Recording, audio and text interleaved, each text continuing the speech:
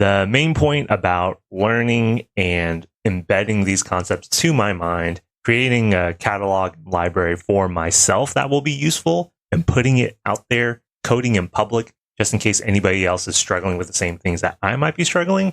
That's why I wanted to do another attempt here. I bought Brad Traversy's Modern React course, and it's good for me because probably in like the last half year, I've been focusing more on Python and data analytics. But I did start off when I was learning coding and programming with vanilla JavaScript. And I did dabble in React. So purchasing that course, it's a way to kind of revisit and touch upon and dive deeper onto React stuff that I never really got down, but maybe should have. But at the very beginning, it's a good opportunity for me to review vanilla JavaScript since I haven't really messed with it in a while. So yesterday, I was trying to do a stream where I was reviewing some of those concepts, and streaming coding versus streaming talking about fitness, streaming while playing video games is a very different beast. It was a disaster, but the main point about learning and embedding these concepts to my mind, creating a catalog library for myself that will be useful, and putting it out there, coding in public, just in case anybody else is struggling with the same things that I might be struggling. That's why I wanted to do another attempt here. So the first point of order, making a multi-layered variable was something that I was struggling with, because when to use an object, when to use an array. Going back, you'll see there's the structure here of an object, array, and object. Basically, I want to catalog a bunch of games that I'm thinking about purchasing. The variable name that I chose here, games on sale, it doesn't quite fit because there's one title on here that's just full price, but it was relevant to a game that came out just this week. It was relevant to what I was talking about in the stream. If we break it down, we have these games that I'm thinking about buying. Then I have it split up into different genres. And then in those genres, then I'm giving the specific game title name and the price associated with it. So how do we spread that out? We have these games that I'm considering as an object in whole. Then in that object, we have the different genres of fighting games, RPGs, and action games. Then within those genres, then we have the array of additional objects. And in that array, the additional objects are those pieces of data where it's the title and the price. Going through all this again, we have the games on sale variable. We have the genres fighting, RPGs, action. Here, this is that title that I was talking about that's not on sale. And I think most people would recommend not buying this game at full price. But we have Hunter x Hunter Net Impact for $60. SNK versus Capcom SVC Chaos for $16. That's on sale on Steam. Omen of Sorrow, prices $6. That's on sale on Xbox. Baldur's Gate 3, not usually on sale, not a steep discount, but it is on sale for $66 on Xbox, and I also believe on PlayStation. Cyberpunk 2077 base game is on sale for $21. I believe the bundle pack with the Phantom of Liberty upgrade DLC is also on sale. I think it's under $40. So that's a really good deal. A lot of people praise that DLC. Diablo 4, a lot of controversy around Blizzard. We're just pointing out there, $22, $22.50 for a Diablo game. If you like grindy games, that's not a bad. Found out that Dynasty Warriors 9 Complete Edition is for $33 on Xbox. That's like the lowest price to date. Even on Steam, it only goes on sale for $44 or something. Dynasty Warriors 9 has a lot of controversy because they did try to experiment with open world stuff. A lot of games, when they move and pivot towards open world, it's not very fun. It's kind of half-baked. And then Stranger of Paradise, Final Fantasy Origin, it's $16 for the base game. I tried it out on the free weekend day, and it's not really for me. But I just put it here because I need the data. Okay. Sorry, talking about games too much. Not the point of like the coding review, but just breaking down what we're trying to piece together, like having variables. Every time I see a coding tutorial and they do something like fruit, yeah, it makes sense, but it really helps, I think, to ingrain the material. If you try to write something that's pertinent and personal to you. So yeah, games I want to buy, of course I'm going to pay attention to that. So this is the catalog that I created right here. If we are going through this data, I believe people say parsing through the data. Let's say I just want to focus on this section here of the RPGs. What's one way I could do that? I could use dot notation. So the game's on sale, that's like the main variable up here. And we're just going to zoom in essentially by using that dot and RPGs. Running this with the dot RPGs, we see that section exactly with Baldur's Gate 3, Cyberpunk 2077, and Diablo 4. Let's say I want to access Baldur's Gate 3 directly here. How would I navigate that tree? Don't beat me up if like tree is not the most correct, appropriate semantic right there. But to this section of the variable, how would I get there? I would get there by going to games on sale, .rpgs, bracket 0 with the title. So why this bracket 0 with the arrays in the index? So this array here, we do have 3 objects, right? The very first part of the array, we start by counting at 0. 0 based index. That's that. So sure enough, if I run that in the console log, we have Baldur's Gate 3. And then what if I want the price of Baldur's Gate 3 specifically? That's 66.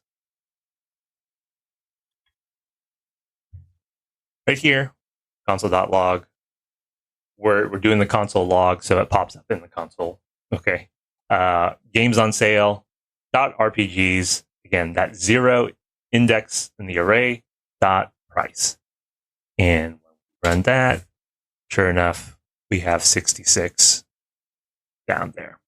For accessing that, using dot notation, using bracket notation, we can do it.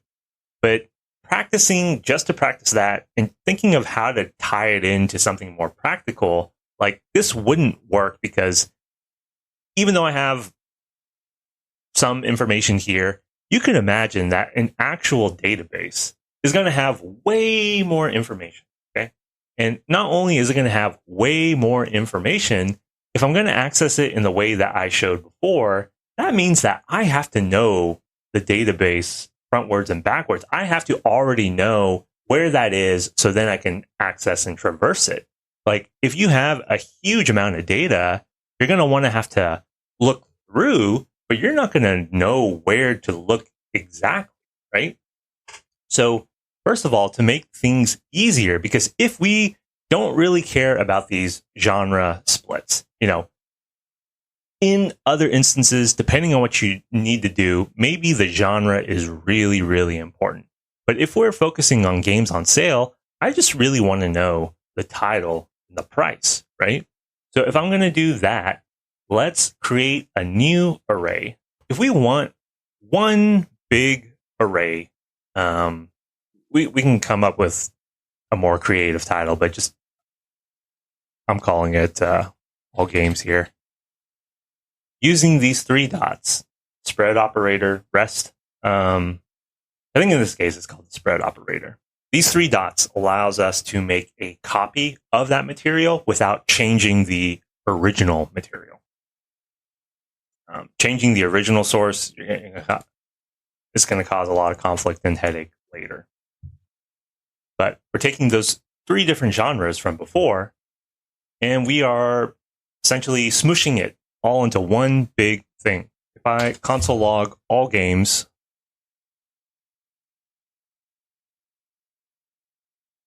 all that data is there. So now, how does that help us? We don't have to worry about that genre portion of navigating things through. We can just skip ahead directly to the title and price. That's like kind of the main point of smushing it all together like we did. We took out this extra layer of detail because, again, for what I'm focusing on, I don't really need that so much. Then this allows us to filter using the JavaScript array method of filter. And with this, the filter allows us to filter things down with a certain condition. So I'm making a brand new variable. I'm going to say, like, I want the cheap games. Okay. And for me, that's going to be all those games or any of those games out of all those games where the games.price is less than 30, let's say. So when I log this, here we see SNK versus Capcom SVC Chaos, that's 16. Omen of Sorrow, that's $6. Cyberpunk 2077, that's $21. Diablo 4, that's $22.50. Stranger of Paradise, Final Fantasy Origin, that's $16. And indeed, all those games are under $30. You'll notice how this information is laid out. It includes both the price, includes the title. What if I don't need to see that? Like, what if I just want more quickly, what are those games specifically? So after we filtered out that information there, then we can use .map to create a new variable with just that specific detail. .map, we're looking for which part specifically. So I'm creating my new variable, cheap game titles. I'm focusing on that filtered variable that we created before, enacting .map on it. We're going through those games, and we're just going to pick those games titles. And here in the console log, SVC Chaos, Omen of Sorrow, Cyberpunk, Diablo 4, Stranger of Paradise, Final Fantasy Origin. And that's kind of like the gist of practicing. I need to reinforce it more. Don't do the mistake that I made where at the very beginning, watching a tutorial, following along, being able to understand it from a viewing, that's like one layer of practice and understanding. And when your confidence with coding is really low, maybe you need to do multiple repeat viewing. But pulling up something like pulling up your code editor, like I could have done this in Visual Studio Code. For little practice elements like that, I always just like to pull up CodePen or JS Fiddle to work on this because it's not so important that this is saved. But create another multi-layered object variable and go through that data. Tinker around with what exactly you're trying to access. I remember tutorials out there. I think it's James with the Compressed FM podcast. He did something like Star Wars characters. I've seen people do like Pokemon Pokedex.